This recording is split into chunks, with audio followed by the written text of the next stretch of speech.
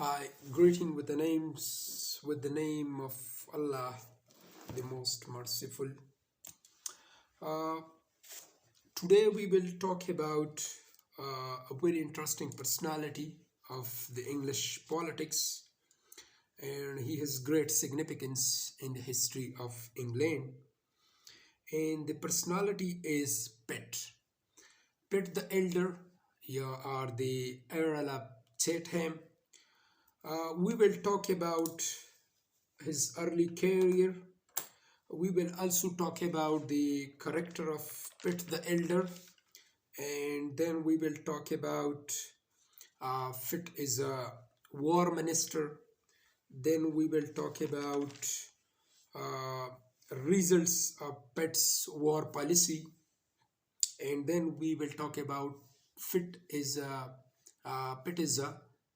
prime minister. And then in the next section, we will talk about works and achievements of of Pitt.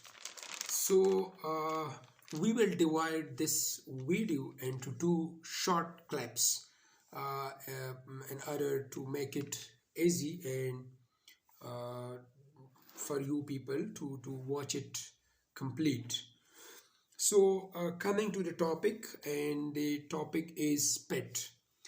Uh, Pitt was born at Westminster in 1708 and died in 1778. He studied at Eton and Oxford University.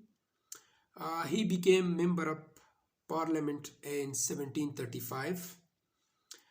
He became paymaster in 1746 and remained as war minister till 1761.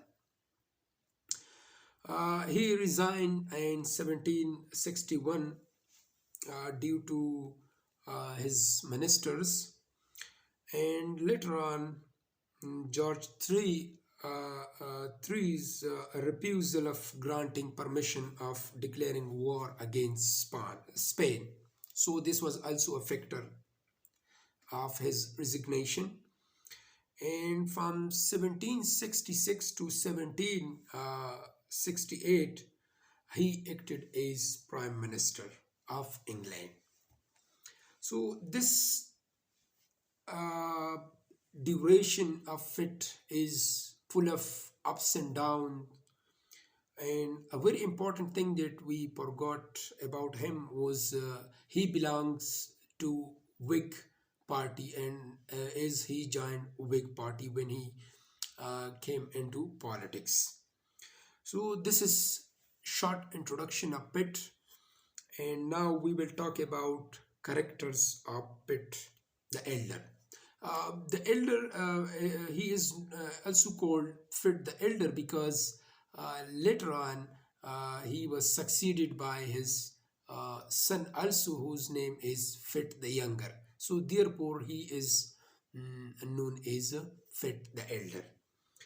Coming to his characters, what kind of personality he had, and this is a very important topic from examination point of view, because sometime a question might be asked about Pitt, or write a short note on Pitt. So talking about his characters, Pitt lived an austere life. He was fearless. He would raise voice against injustice anywhere. He criticized the corrupt practices of Walpole ministry, and Secretary of Prussia said about him, England had long been in labor. At last she brought forth a man. He was such a great man that no price could win him, because at that time bribery, it was a common day practice. So he was very simple in life. He was against injustice anywhere, and he was true and patriotic to his country. Secondly, Pitt had an influential personality. Some historians say about him that a mere scornful glance and a few contemptuous words could paralyze even his boldest opponent. So he was that much influential that even his opponent could not face him. And thirdly, Pitt was a great forceful orator. He was a forceful and significant orator. He was quite eloquent and he could instigate or could provoke people, those lying slumber. And some historians about him say that the flash of his eyes, the thunder of his voice, his heart burning words made the horse tremble like pick up school boys. So he was a very good orator and a good debater. Pitt was a self-willed man. Pitt did not consult over even the war office in his plans of war. He would send the fleet wherever he liked without informing the naval military department. He would spend money even at the opposition of the treasury. More better to rule as a despot than to be a prime minister. He was a self-willed man. He wasn't consulting anybody, even in the war kind of situation. He could do what seems good to him. Thus, Pitt was a self-willed man, and Pitt was a true patriotic. He was a true patriotic. In the words of Mahajan, historian, he says he infused new life and energy into the nation and aroused countrymen from the moral lethargy into which they had fallen. He aroused he aroused decayed life in his nation. He aroused his nation by his words, by his actions, and he wanted to making England a great power, a supreme power, and he did it. Uh, Sixthly, Pitt was an imperialist. He was an imperialist in a sense. He wanted to expand the British Empire due to his aggressive policies policies. He established English supremacy in India and America. And according to a historian whose name is Trevelyan, he said that Pitt was one of the British statesmen who carried the map of the empire in his head and heart. He uh, uh, had the empire of British in his head as well as in him in his mind. He came with that British Empire in his mind and in his heart. Pitt was advocate of democracy. Pitt believed in the democratic form of government, reforms in the parliament, and independence of the press. Jatri called him, who was uh, king at that time, trumpet of sedition, means he is inciting revolts against him, and he opposed even the evils of Whig rule. Thus, he was is an advocate of democracy in every form, in every sphere of life. Now we will talk about the shortcomings of Pitt. He was an arrogant and haughty man. He was an arrogant and haughty man. He liked grandeur and behaved like an actor. He loved ostentation and liked simplicity. He was popular among the people. And Dr. Johnson once said he was an idol of the people. He was popularly known as Great Commoner. So, what were his shortcomings? His shortcomings were he was arrogant, he was ostentatious, he was uh, acting like an actor. So, these were some petty shortcomings of his personalities, but still, along with all those shortcomings, he was an uh, uh, ideal of the people. Now, talking about Pitt is a war minister, and he carried this ministry very well and did justice with this ministry. There is no denying the fact that Pitt was successful war minister, unlike he was prime minister later on. He saved England from a dreadful situation and made her a powerful nation. As a war minister, he had great blessings on England.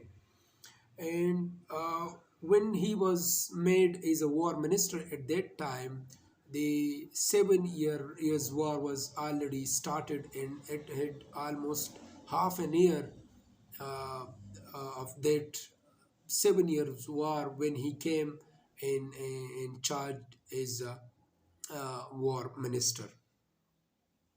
So, coming or talking about his steps when he was war minister, what steps did he take um, when he was charged with the war ministry?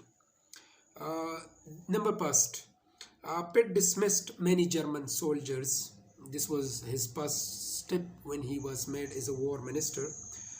Pitt dismissed many German soldiers who came to England, and instead he recruited the hillmen of Scotland in the army. This was his first step. Secondly, Pitt selected able men. Pitt had the capabilities of selecting befitting and able men to high post. The new generals were apt in sea warfare because at that time the wars were already taking place through seas. So he took such ministers, such great soldiers who were expert or having some capacities in war in sea warfare. Uh, Number third, Fit infused patriotism in his soldier. Fit infused patriotism in the soldier by his impressive speeches and gave them a new life. Full of zeal and vigor, he raised their morals high. He uh, brought those people and specifically those soldiers from moral lethargy to a new passion and a new life. Thus, he infused new life in his soldiers. Uh, Fourthly, Pitt planned to win America and Germany. Pitt engaged France and Europe in war so much that she failed to send reinforcement to America and India. Pitt besieged two naval important points of France, due to which France was defeated. So, Pitt engaged France in the European wars while he was fighting abroad in America, in India, in some African countries. Thus, the influence of France was highly decreased in those faraway countries, or on those countries like America, America, India, and South Africa. Uh, Fifthly, Pitt passed Militia Act.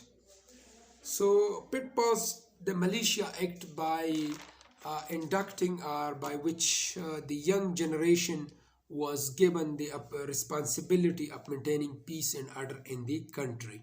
So the young generation, uh, they were given the responsibility and they were inducted in the army in order to save the country as a second defense line in time of crisis. Sixth important step that he took as a war minister was Pitt raised local army. Pitt also raised an army of the British subjects by paying paid salary to the people of the colonies.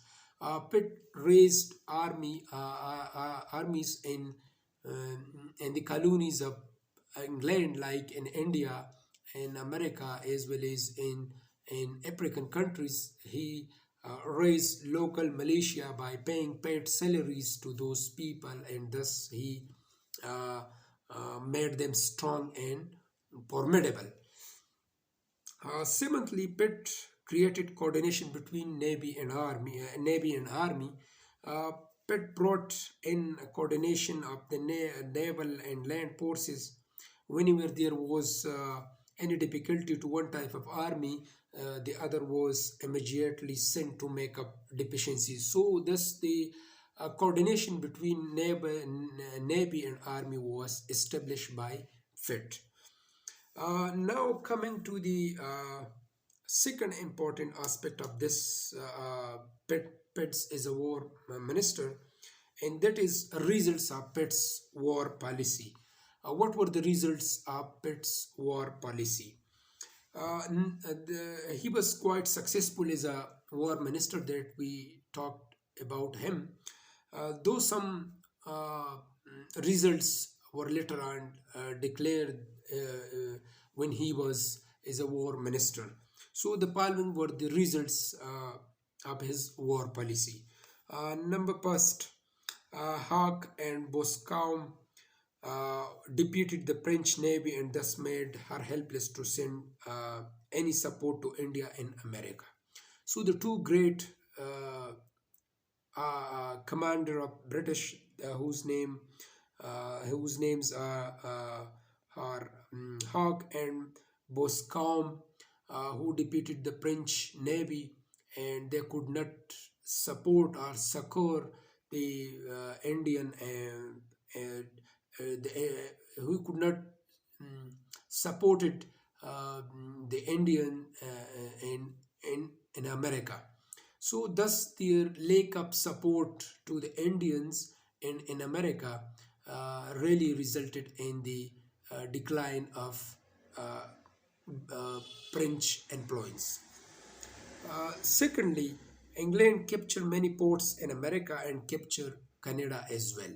So the influence of the French was minimized and they captured many ports and as well as the entire country in North America that is known as Canada. And the third important result of his war policy was Robert Clive won the Battle of Plassey in India in 1757. The French lost their influence in India once and for all. After this defeat, uh, the influence of French was completely whitewashed and completely done away once and for all. So Pitt supported Prussia to defeat Austria and French in many wars. So thus these four important results of the Pitt is a war minister are really of great significance in the history of uh, England. So thank you so much for watching the video. If there is any question regarding what we talked about, you must ask in the comment section. Thank you so much.